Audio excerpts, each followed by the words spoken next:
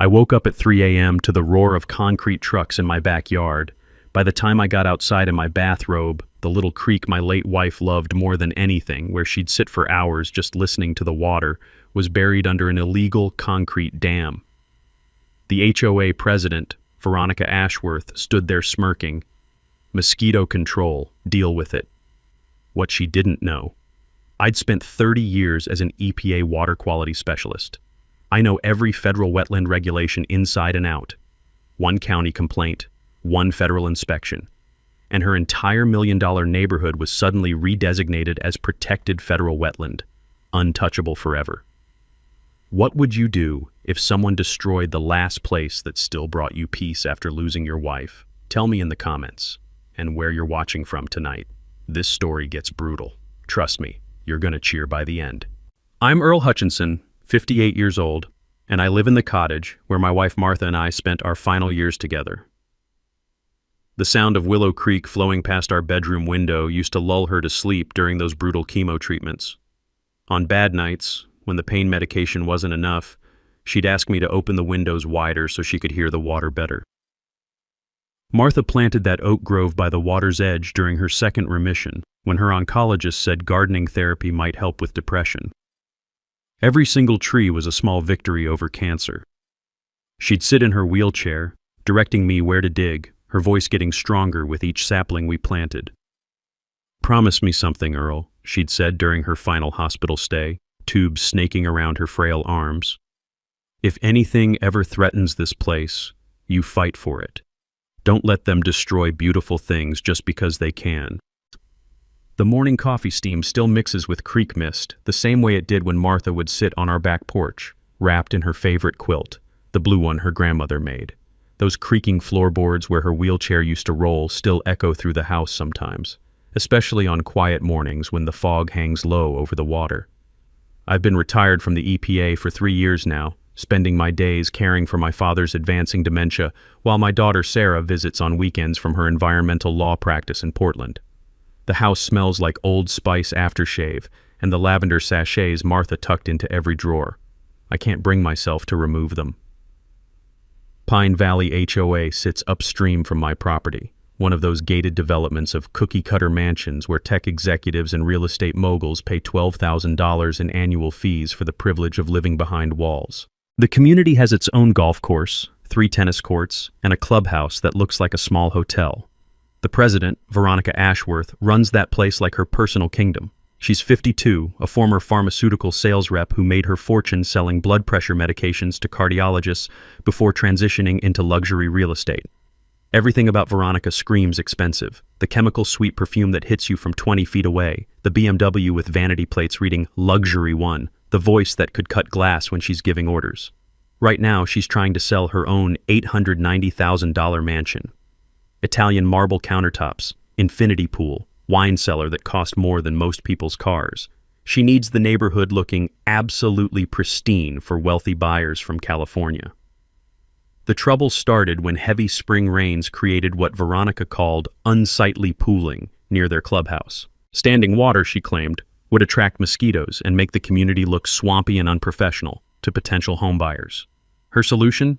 Divert Willow Creek entirely using concrete barriers, channeling all the flow through my backyard. No permits, no environmental impact study, no notice to downstream property owners like me. Just a midnight construction crew and enough concrete to build a small bridge. I woke up that Tuesday morning to the diesel rumble of heavy machinery and the chemical tang of wet concrete drifting through my bedroom window. By the time I stumbled outside in my bathrobe, they'd already installed a 3-foot concrete dam right across the creek, maybe 50 yards upstream from Martha's oak grove. The crew foreman, this big guy in a hard hat with concrete dust on his boots, barely looked up from his clipboard when I approached.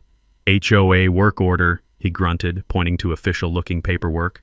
"Emergency mosquito abatement project. Should be done by noon." Within hours, the effects were catastrophic.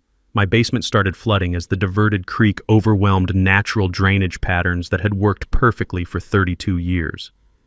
That musty, moldy smell crept up through the floorboards as brown water seeped through foundation cracks I'd never seen before. Worse, the massive water diversion was drowning Martha's oak grove. Those trees she'd planted with her own hands during cancer remission, each one a symbol of hope and healing. I called Veronica immediately, my hands shaking with rage as I dialed her number.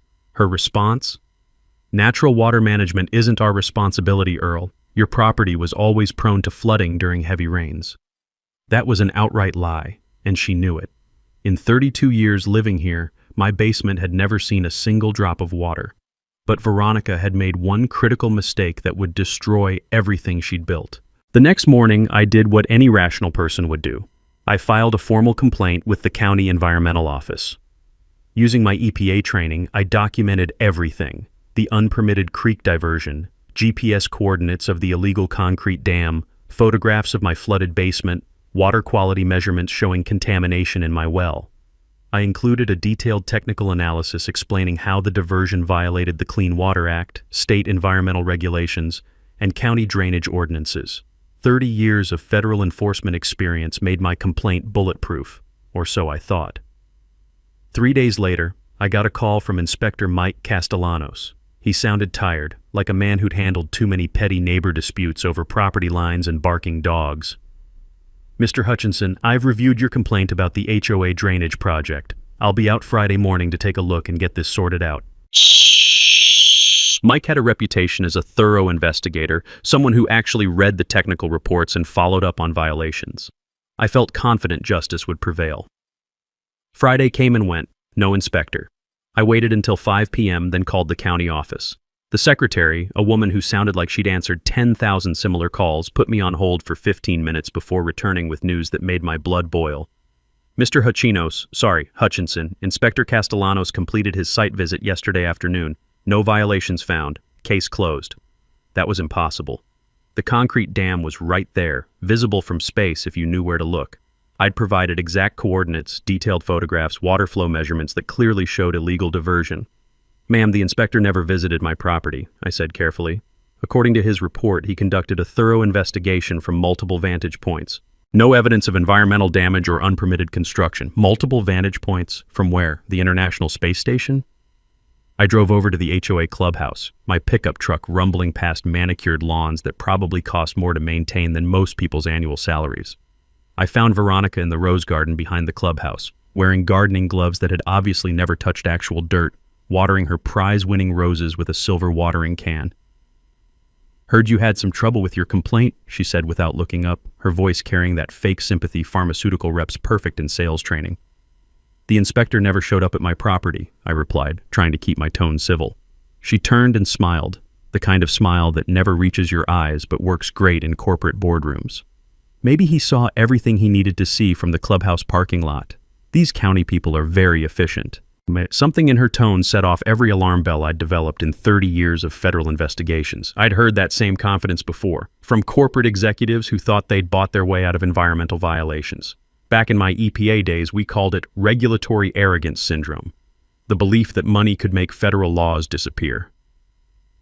That afternoon, I called Inspector Castellanos directly, bypassing the county office entirely. "Mike, I need to understand how you conducted a site inspection of my property without actually visiting my property." There was a long pause, filled with the kind of silence that speaks volumes. When he finally cleared his throat, his voice had changed, less professional, more defensive. "Look, Earl, sometimes these neighbor disputes, they work themselves out if you give them time. Maybe focus on working with your HOA instead of against them." The way he said, "work with your HOA," triggered every instinct I'd developed in 3 decades of federal enforcement. This wasn't bureaucratic inefficiency or oversight.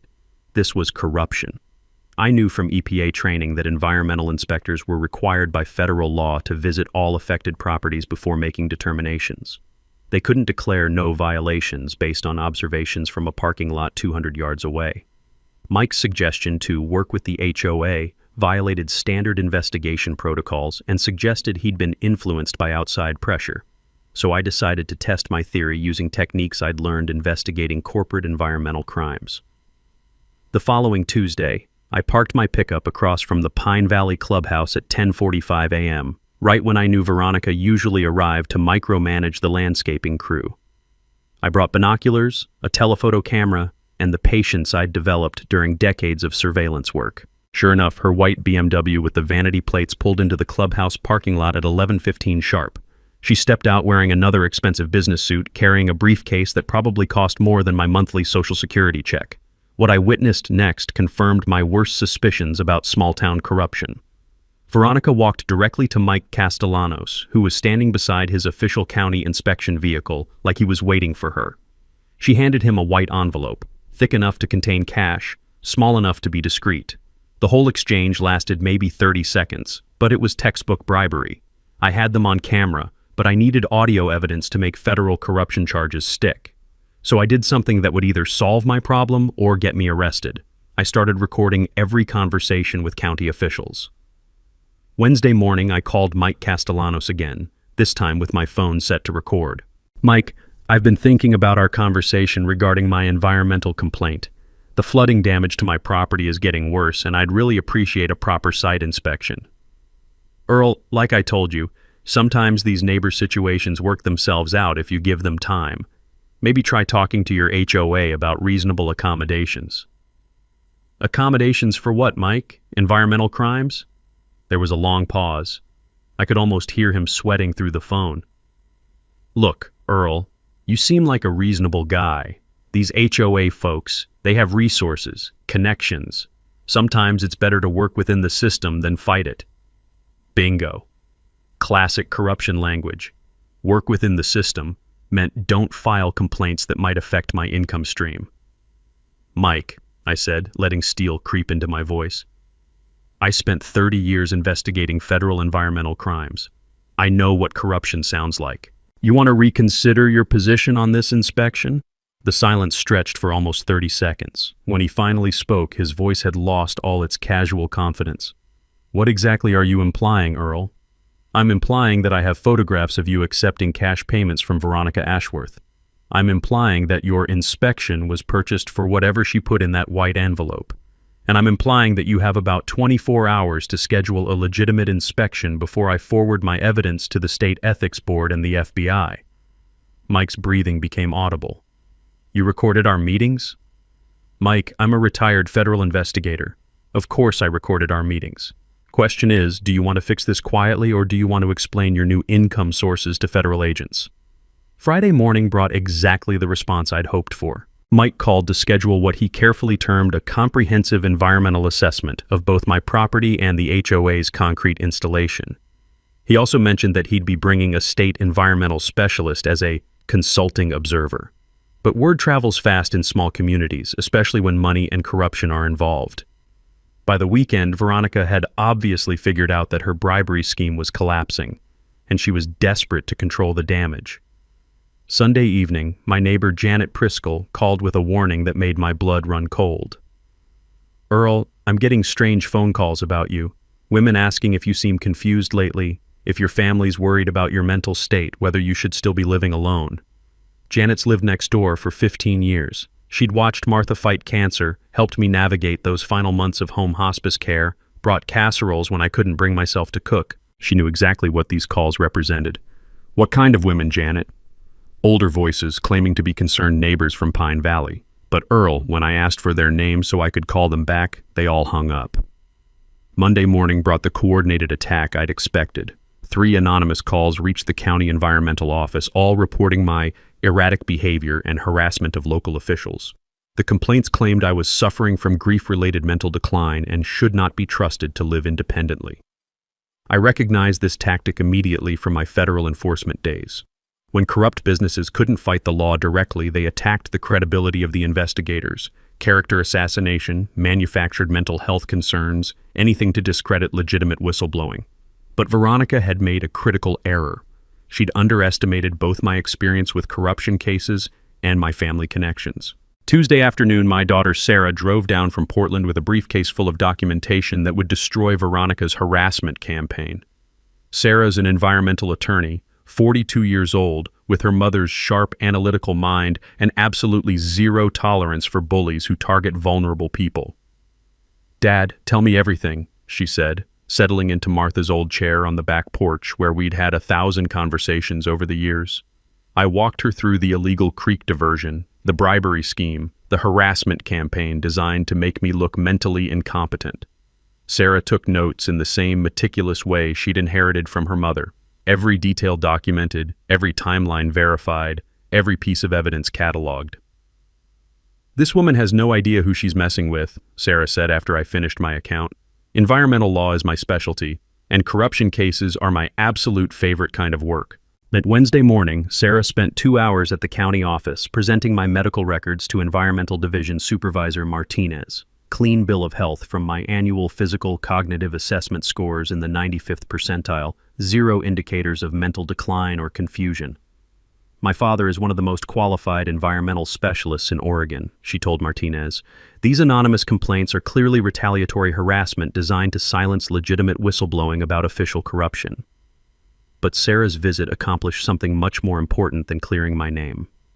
As a specialist in environmental law, she immediately recognized the federal implications of what Veronica had done, implications that would transform this from a local drainage dispute into a federal environmental catastrophe. Wednesday evening, Sarah spread federal environmental regulations across Martha's old dining room table, the same table where Martha had planned her garden layouts during chemotherapy treatments. What my daughter discovered would turn Veronica's illegal creek diversion into an environmental nightmare. "Dad, this isn't just a county drainage issue anymore," Sarah explained, pointing to sections of the 2024 Federal Waters Protection Act. "Under new federal regulations, any county drainage inspection that affects protected watersheds automatically triggers EPA wetland assessment protocols."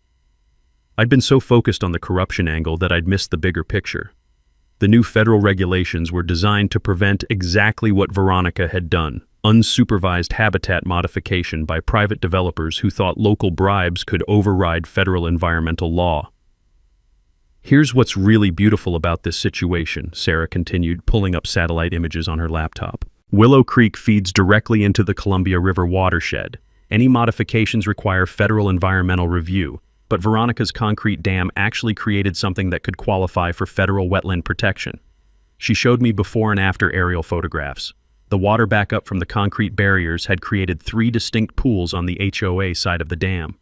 The pools were collecting sediment, growing native vegetation, attracting waterfowl that hadn't been seen in this area for decades. "Environmental assessment will focus on any protected species habitat," Sarah explained. "And guess what thrives in seasonal pools exactly like these?" I knew the answer immediately from my EPA training: northwestern salamanders. "Protected under the Endangered Species Act," Sarah confirmed. "If that assessment finds salamander breeding habitat, the entire affected area becomes federally protected wetland with no possibility of appeal." That night I couldn't sleep. Not from anxiety, from anticipation. I kept thinking about Martha's final words. "Promise me you'll fight for what matters, Earl. Don't let them destroy beautiful things just because they can." Veronica thought she was silencing a grief-stricken old man with manufactured mental health complaints. Instead, she'd triggered a federal environmental investigation that could destroy everything she'd spent years building. But I needed to be strategic about the final phase. Sarah warned me that Veronica's pharmaceutical background meant she understood regulatory manipulation better than most people. "We need to be smarter than she is," Sarah said. "And we need to be prepared for whatever desperate moves she makes when she realizes what's coming." Thursday morning, I got lucky in a way I never could have planned. I was checking my trail camera, the one I'd installed to monitor flooding damage, when I noticed unusual movement in the newly created pools behind Veronica's concrete dam. Small, dark shapes moving through the shallow water in patterns that triggered recognition from decades of environmental fieldwork. I grabbed my binoculars for a closer look, my heart racing with excitement. Northwestern salamander larvae. Dozens of them, maybe hundreds, thriving in the accidental habitat that Veronica's environmental crime had created. But Wednesday night brought Veronica's most desperate and destructive move yet. I woke up around 2 a.m. to the sound of hydraulic equipment and the sharp chemical smell of diesel exhaust drifting through my bedroom windows. Someone was operating heavy machinery near the concrete dam, trying to remove evidence under cover of darkness. I grabbed my flashlight and camera, slipping outside in my bathrobe and slippers. Through the darkness, I could see work lights reflecting off Willow Creek. 3 workers in hard hats were using pneumatic jackhammers to break apart the concrete barriers, sending chunks of debris tumbling into the creek and turning the water muddy brown with sediment. Veronica was attempting to destroy evidence of federal environmental crimes. "Stop!" I shouted across the water. "You're destroying evidence of Clean Water Act violations." The crew foreman, the same guy from the original installation, walked to the property line with the swagger of someone who'd been paid well to ignore legal complications. "Private property, old man. HOA's conducting emergency repairs to prevent flood damage to the clubhouse. At 2 in the morning? Without environmental permits?" He shrugged with practiced indifference. "Emergency repair work doesn't require permits. Water damage threatens community safety." That was obviously fabricated justification. The clubhouse sat 50 yards uphill from the creek on engineered drainage systems that had worked perfectly for 15 years. But I understood Veronica's strategy. Remove the concrete dam, eliminate physical evidence, claim the pools were natural seasonal formations that had nothing to do with HOA construction. She'd calculated that an elderly widower wouldn't have the resources or energy to fight a coordinated cover-up involving lawyers, contractors, and corrupted officials. She was catastrophically wrong about my resources and completely ignorant about my federal connections. But Veronica's midnight demolition created an even bigger problem for her legal position. The scattered concrete chunks throughout the creek created a chaotic series of mini-dams, backing up water in unpredictable patterns that would be impossible to explain as natural formations. Instead of restoring natural creek flow, the botched demolition work had created permanent pools that were even more obvious evidence of human environmental modification. Thursday morning brought a phone call that changed everything. Sarah had spent the night researching federal environmental law, and what she'd discovered would turn Veronica's corruption scheme into a federal environmental catastrophe. "Dad, I've been reading the 2024 Federal Waters Protection Act all night," she said, her voice carrying the excitement of someone who'd found the perfect legal weapon. "This new law isn't just about wetland assessment, it's about automatic habitat designation." She explained how the regulatory framework had been completely restructured. Any county drainage inspection that identified protected species habitat now triggered immediate federal designation. No lengthy review process, no environmental impact studies, no appeals period for developers who didn't like the results. "Here's the absolutely beautiful part," Sarah continued. "Once an area receives emergency habitat protection, any previous modifications become subject to federal restoration requirements. The concrete, the channels, the demolition debris, everything has to be returned to natural conditions at the violator's expense." I understood the implications immediately, and they were staggering. The county inspection that Veronica had tried so desperately to prevent would now trigger automatic federal protection for the entire affected watershed. Not just my property, not just the immediate creek area, the entire Pine Valley neighborhood could fall under habitat preservation restrictions. "What kind of restrictions are we talking about, Sarah?" "Complete development freeze for any area within the designated habitat zone. No modifications to existing structures without federal environmental permits. No landscaping changes, no pool installations, no exterior renovations, no irrigation systems, nothing that could affect water flow or species habitat." The poetic justice was absolutely perfect. Veronica's illegal creek diversion had accidentally created protected habitat. Her corruption scheme had enhanced that habitat through water flow modifications. Her attempted cover-up had created additional habitat complexity through concrete debris placement, and the federal inspection she couldn't prevent would now lock her entire neighborhood into permanent environmental preservation. But Sarah, what happens to property values when federal habitat designation kicks in? "Dad, that's the most beautiful part of this whole situation. Federal habitat designation typically reduces property values by 60 to 70% because buyers can't modify anything without federal permits that cost tens of thousands of dollars and take years to obtain." I sat in Martha's old chair on the back porch, watching sunlight dance on the salamander pools, listening to the gentle sound of water flowing over Veronica's concrete debris, the sweet smell of honeysuckle mixed with the clean scent of moving water. For the first time since Martha's funeral, I felt genuinely at peace with the universe. Martha had always believed in what she called cosmic justice, the idea that good actions eventually create positive outcomes, while destructive actions contain the seeds of their own destruction. She would be laughing with pure delight at the irony of this situation. "There's one more thing, Dad," Sarah said, and I could hear the smile in her voice. "As the property owner who first documented the protected habitat, you're eligible to become the federal habitat monitor for the designated area. It's a paid position, $65,000 a year plus benefits, specifically designed for retired environmental specialists with your qualifications. And a federal job. health insurance, steady income, and most importantly, the legal authority to protect Martha's Oak Grove forever under the full power of federal environmental law. But I had to be absolutely strategic about the final phase. Veronica still had time to cause irreparable damage if she panicked and attempted more demolition work. The county inspection was scheduled for Tuesday morning, which gave me 5 days to ensure everything went perfectly. Sarah, I need you to coordinate directly with the state wildlife specialist. Make sure they understand the full scope of the accidental habitat enhancement that Veronica's crimes have created. Already working on it, Dad. Dr. Rebecca Declan is bringing a complete assessment team, herpetologist, hydrologist, vegetation specialist, federal observer. They want to document this site as a model case study for accidental habitat restoration through environmental crime. That afternoon, I walked through Martha's Oak Grove, touching each tree she'd planted during her cancer remission. The trees were recovering beautifully from the initial flooding damage, with new growth appearing on branches that had seemed dead just weeks ago. The salamander pools reflected afternoon sunlight, filled with the quiet movement of protected life that would soon be guarded by federal law. Tomorrow, Veronica would learn that her corruption and environmental destruction had triggered the very federal intervention she'd spent thousands of dollars trying to prevent. Friday night, I couldn't sleep, not from worry, but from the pure anticipation of watching 30 years of environmental enforcement experience crystallize into one perfect trap. I spent the hours until dawn organizing every piece of evidence, every legal precedent, every federal regulation that would destroy Veronica's world. First came the physical preparation. Using GPS equipment I'd kept from my EPA days, I mapped every salamander pool, every piece of concrete debris, every water flow pattern that Veronica's crimes had created. The scattered demolition chunks weren't just random rubble. They'd formed natural-looking check dams that created ideal amphibian breeding conditions. Shallow pools connected by gentle riffles, rocky substrate for egg attachment, steady water temperature regulation, abundant insect food sources. Veronica's environmental vandalism had accidentally engineered perfect northwestern salamander nursery habitat.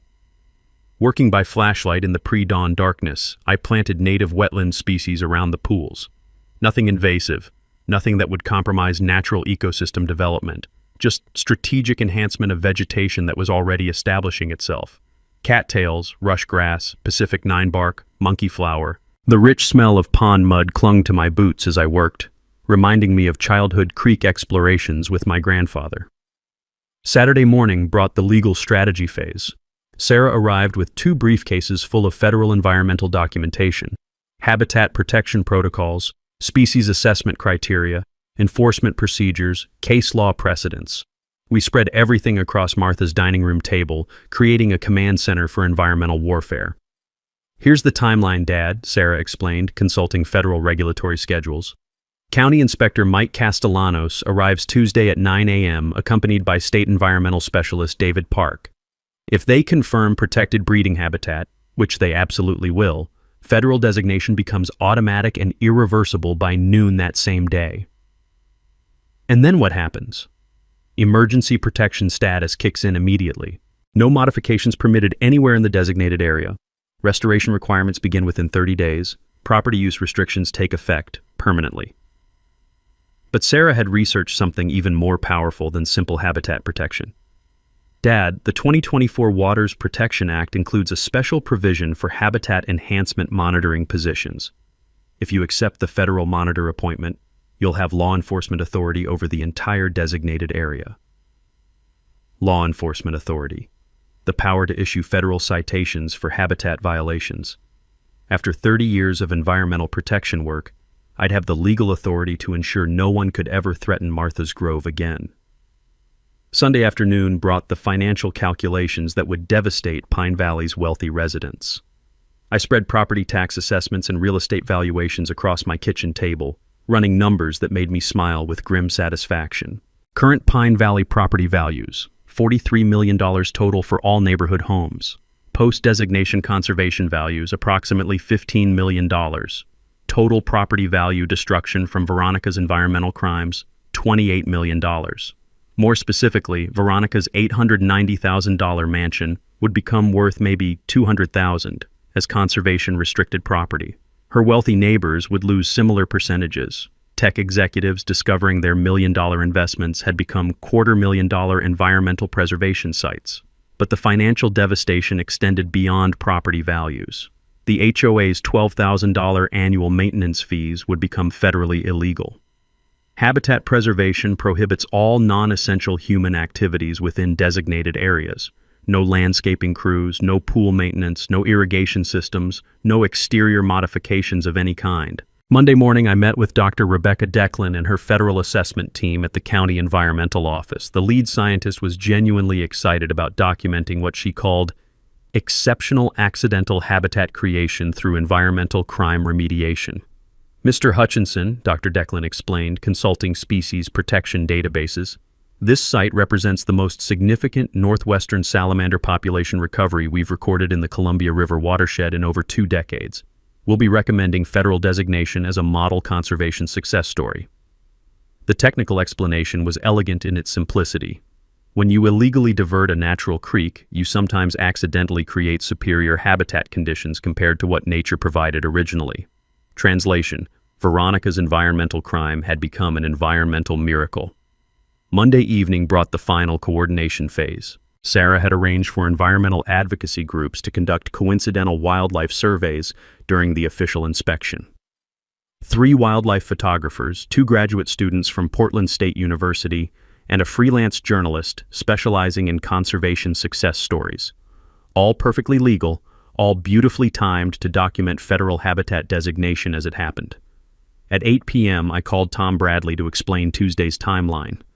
Tom, by Wednesday morning, your foundation repair becomes the HOA's legal responsibility under federal habitat restoration requirements.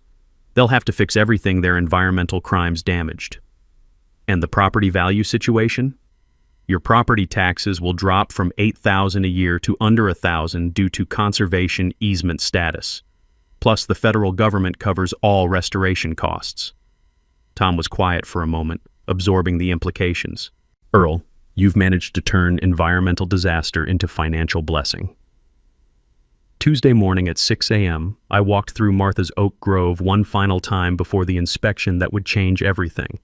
The trees stood strong and healthy, recovered from flood damage, protected forever by what would soon become federal environmental law. The salamander pools reflected sunrise colors, filled with protected life that represented Martha's deepest values: conservation, healing, hope for future generations. In 3 hours, Veronica would learn that corruption and environmental destruction had consequences she'd never imagined. At 7:30 Tuesday morning, just as I was preparing final documentation for the federal inspection, Veronica made her most desperate and self-destructive move yet. I was reviewing salamander population counts when I heard her voice cutting through morning air like fingernails on a chalkboard. She was on her phone in her backyard, maybe 40 yards from where federal biologists would soon be working, but panic had made her voice carry across the entire neighborhood. "What do you mean you can't stop a federal inspection? I paid you to handle county problems." She was obviously screaming at someone in county government, probably poor Mike Castellanos, who was about to have the worst day of his professional career. "No, absolutely not. Cancel it immediately. Do you understand what this could do to property values?" I watched through my kitchen window as Veronica paced her back deck, gesturing wildly with her free hand. She'd obviously spent the night researching federal environmental law and finally understood the catastrophic implications of what she'd triggered. $10,000, cash, just make the inspection go away. At 8:15, I watched Veronica march across her back lawn toward the county vehicle that had just parked near the creek access point. She was wearing what I call her corporate intimidation outfit. Dark power suit, serious heels, briefcase that probably cost more than my monthly Social Security check. She approached Inspector Mike Castellanos and State Environmental Specialist David Park with the kind of determined stride pharmaceutical sales reps use when entering hostile hospital administration offices. "Gentlemen, I'm Veronica Ashworth, Pine Valley HOA President," she announced, extending a manicured hand that neither man accepted. "I understand there's been some confusion about our recent drainage improvements, and I'm here to clarify the situation." Mike Castellanos actually stepped backward, sweat already staining his county uniform despite the cool morning air.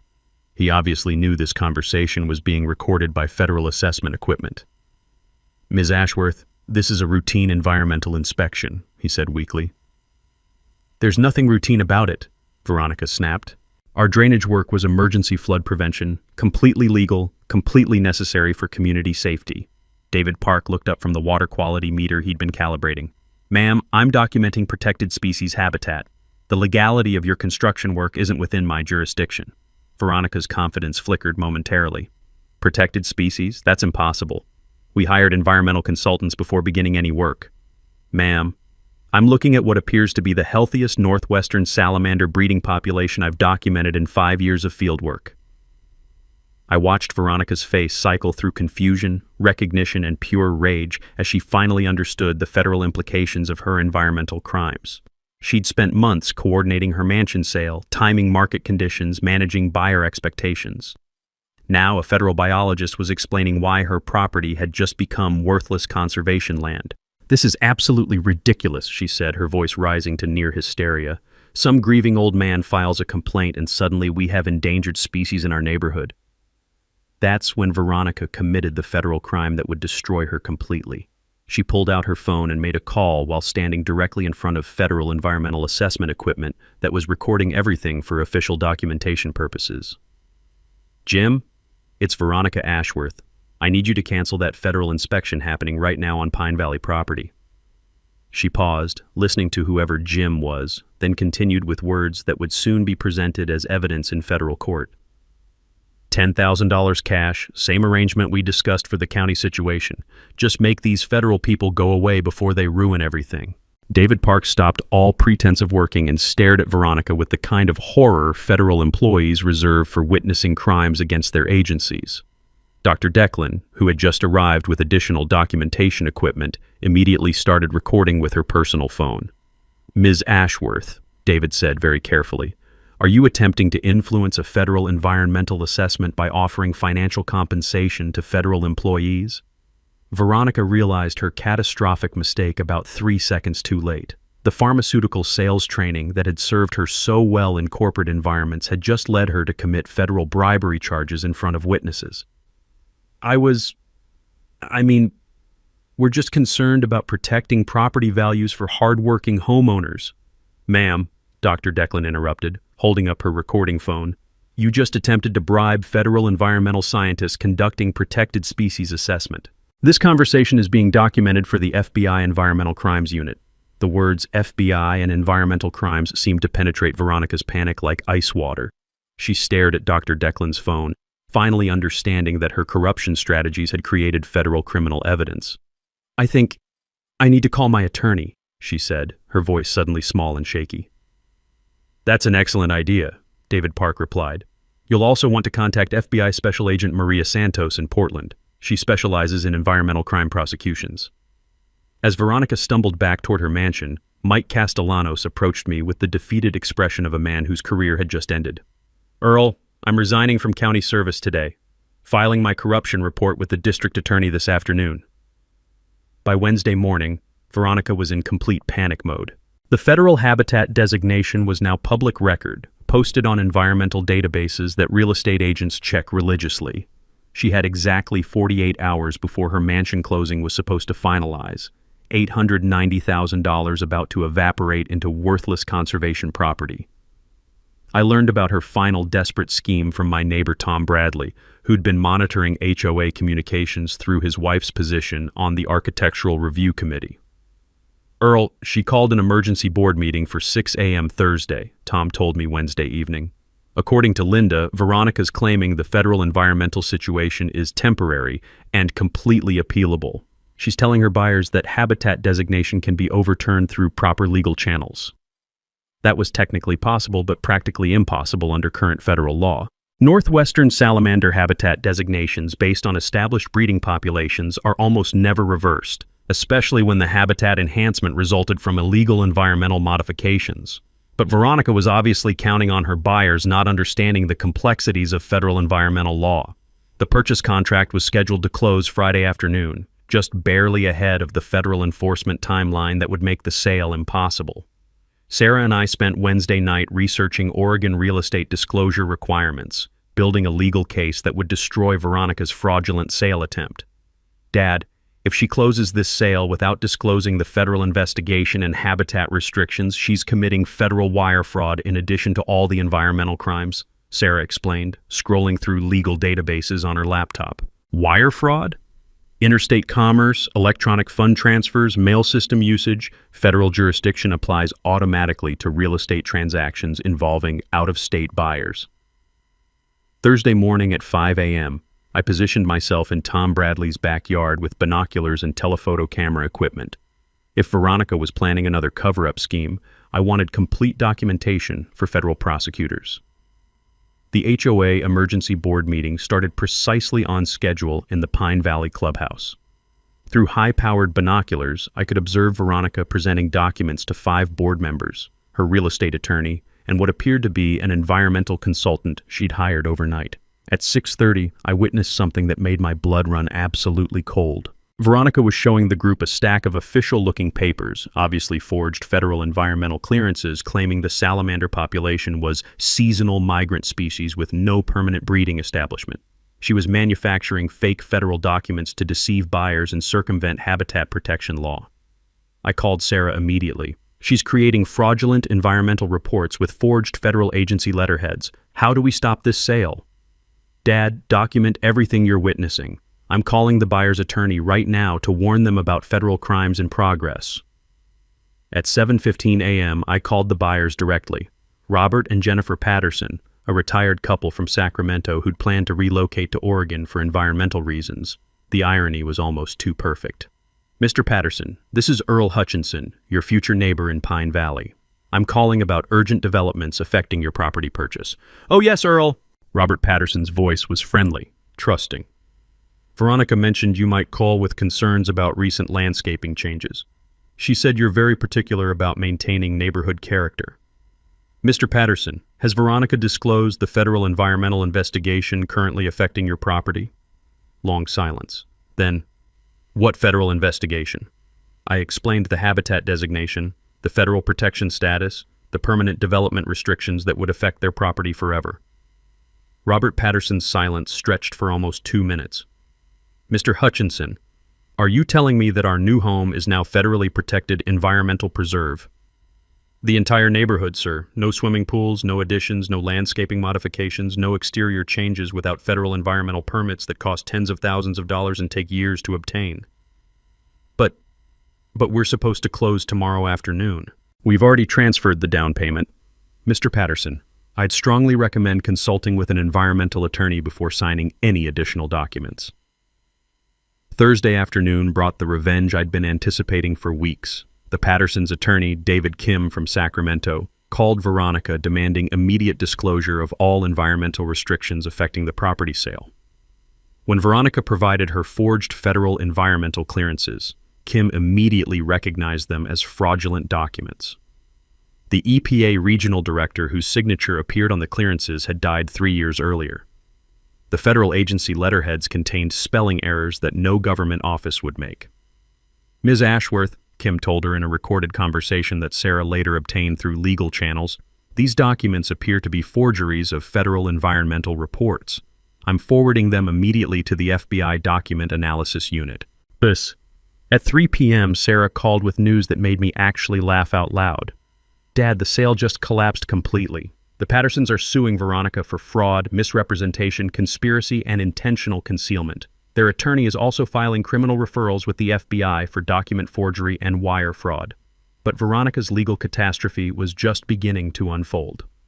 Friday afternoon at 2 p.m., Pine Valley hosted the most explosive town hall meeting in the community's 15-year history.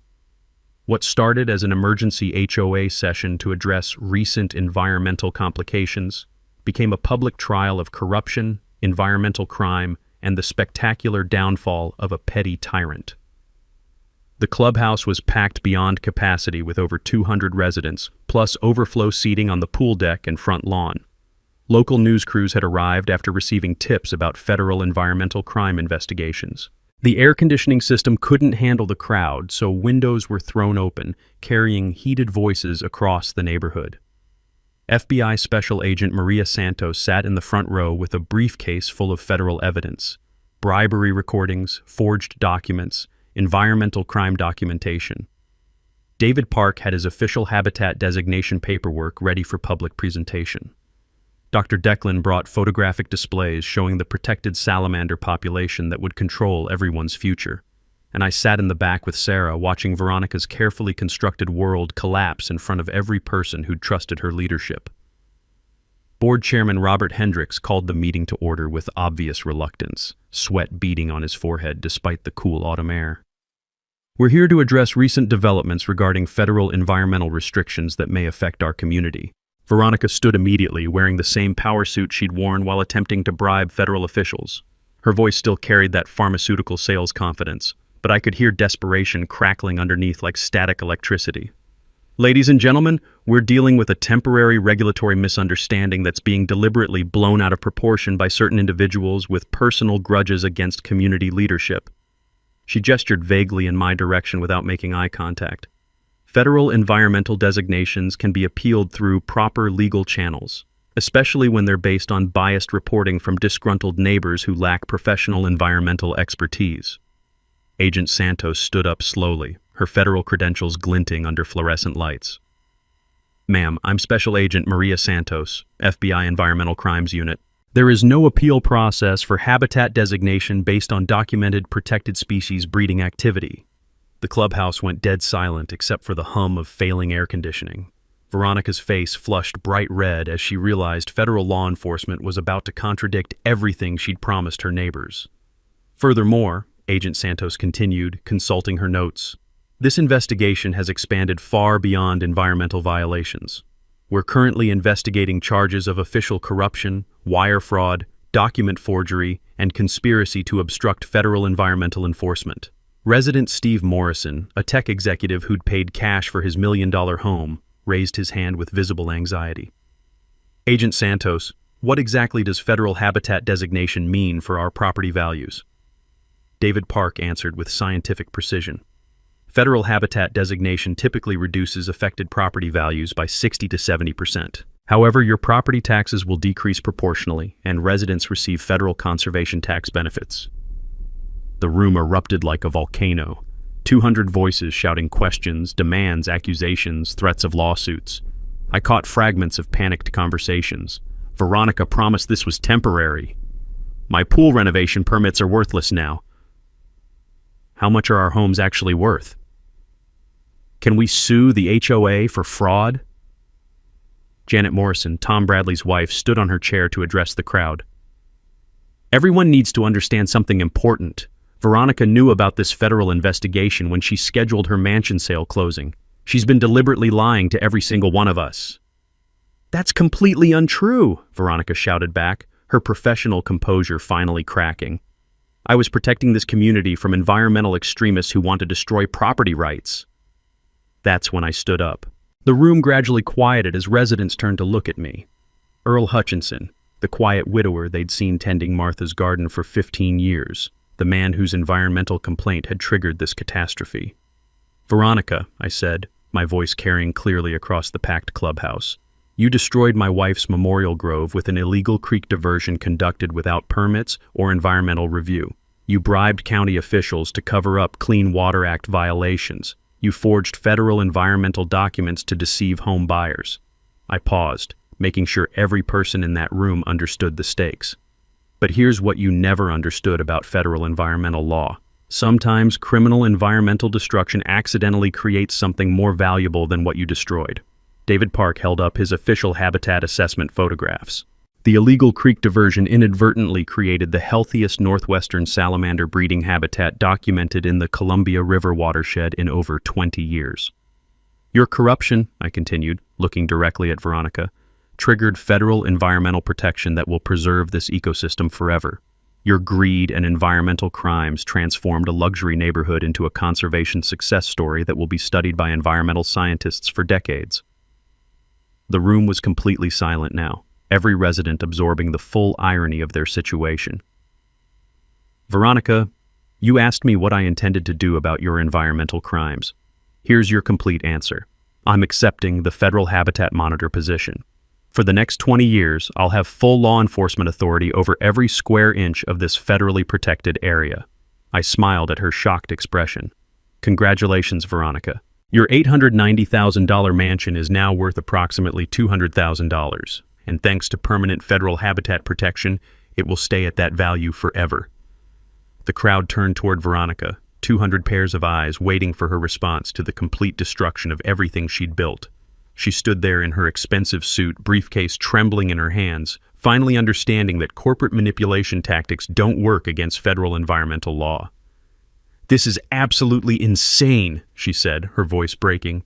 "You people are letting one bitter old man destroy our entire community over some stupid salamanders." Agent Santos approached the microphone with handcuffs ready. "Veronica Ashworth, you're under arrest for conspiracy to violate federal environmental law, corruption of public officials, wire fraud, and forgery of federal documents." And as the handcuffs clicked shut, Veronica made one final statement that perfectly captured her complete disconnect from environmental reality. "This is all his fault. I was just trying to improve property values." 8 months later, Pine Valley looks like a completely different world, and I mean that in the most beautiful way imaginable. The federal habitat designation brought changes none of us could have predicted.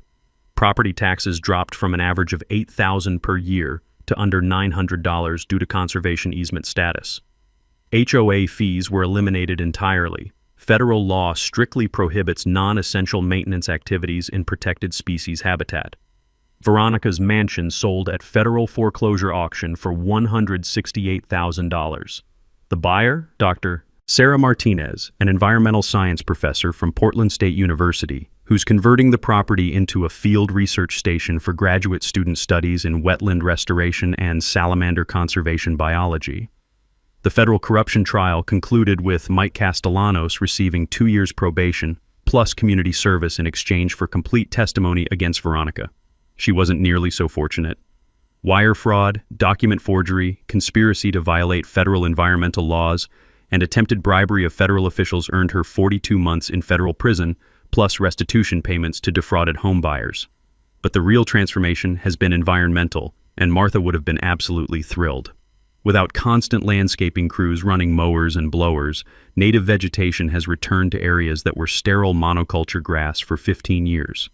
The salamander population has more than tripled, spreading throughout the watershed. We've documented nesting pairs of great blue herons, a family of river otters, and even a beaver colony that moved in last spring and built an engineering marvel of a dam upstream from Veronica's concrete debris. Martha would have spent hours photographing those beavers. My new position as federal habitat monitor pays $68,000 annually, plus full health insurance and federal retirement benefits. More importantly, it gives me legal authority to protect this ecosystem forever, under the complete power of federal environmental law. I carry a federal badge and have citation authority for any environmental violations within the designated area. Last month, a development company from Seattle attempted to purchase 4 Pine Valley properties for what they called conservation-compatible luxury development. I explained that federal habitat protection doesn't recognize compatible development exceptions. They canceled their purchase agreements the same afternoon. Tom Bradley's foundation was completely repaired at federal expense as part of mandatory habitat restoration requirements. His property value dropped significantly, but his conservation easement eliminated his mortgage entirely. Banks cannot foreclose on federally protected conservation land, and his property taxes dropped by 87%. "Earl," he told me recently while helping me monitor salamander egg masses, "I'm actually making money on this whole situation. No mortgage payments, minimal property taxes, and federal grants covering all maintenance costs." Sarah visits every weekend now, often bringing her 2 daughters to explore their grandmother's oak grove and learn about amphibian life cycles. The trees have not just recovered from the initial flooding damage, they're growing stronger and taller than ever before, fed by the natural nutrient cycling that healthy wetlands provide. Sometimes I catch Sarah having quiet conversations with Martha under the big oak tree, updating her mother on environmental law developments and conservation victories nationwide. The local elementary school has officially adopted our site as their permanent outdoor classroom. Every Friday morning, 35 fourth graders arrive with magnifying glasses, field notebooks, and infectious enthusiasm for discovering salamander larvae and native plant identification. Dr. Declan leads the educational programming, turning Veronica's environmental crimes into hands-on conservation success stories for the next generation. We've established the Martha Hutchinson Environmental Education Fund, providing scholarships for students pursuing careers in environmental protection and restoration. The fund receives donations from conservation organizations across the country who've heard our story through environmental education networks. Next month, the Environmental Protection Agency is sending a documentary production crew to film our site as a featured example of accidental habitat restoration through environmental crime remediation. They plan to use Pine Valley as a training case study for environmental enforcement officers nationwide. I still wake up some mornings, half expecting to hear concrete mixers and diesel engines destroying something beautiful. Instead, I hear creek water flowing over natural stone beds, woodpecker drumming echoing through Martha's oak grove, and the gentle splash of beaver families working on their dam renovation projects upstream. The house no longer smells like lavender sachets and old memories. It smells like fresh coffee, clean creek air, and the wild roses that have colonized what used to be Veronica's prize-winning garden. Martha's Memorial Grove has become something far more significant than either of us originally imagined, a federally protected ecosystem that will educate children about environmental stewardship and species conservation for generations to come. Sometimes, when I'm updating daily habitat monitoring reports in the evening, I find myself talking to Martha's old chair about wildlife observations and conservation victories. Counted 47 salamander egg masses today, I'll tell the empty chair. The great blue herons are building a second nest in your oak grove. I know she's proud of how environmental justice found its way home. Thanks for listening to this story. If you've got HOA nightmares or environmental justice stories of your own, drop them in the comments below. I genuinely love hearing how ordinary people fight back against corruption and environmental destruction. And don't forget to subscribe for more stories about underdogs who refuse to let petty tyrants destroy what matters. Sometimes the good guys really do win, especially when federal environmental law gets involved. Thanks for hanging out with us on HOA Stories, where the HOA Karens meet their match. If this story had you cheering or cringing, go ahead and like the video, drop a comment with your reaction, and hit subscribe so you're ready for the next wild HOA tale.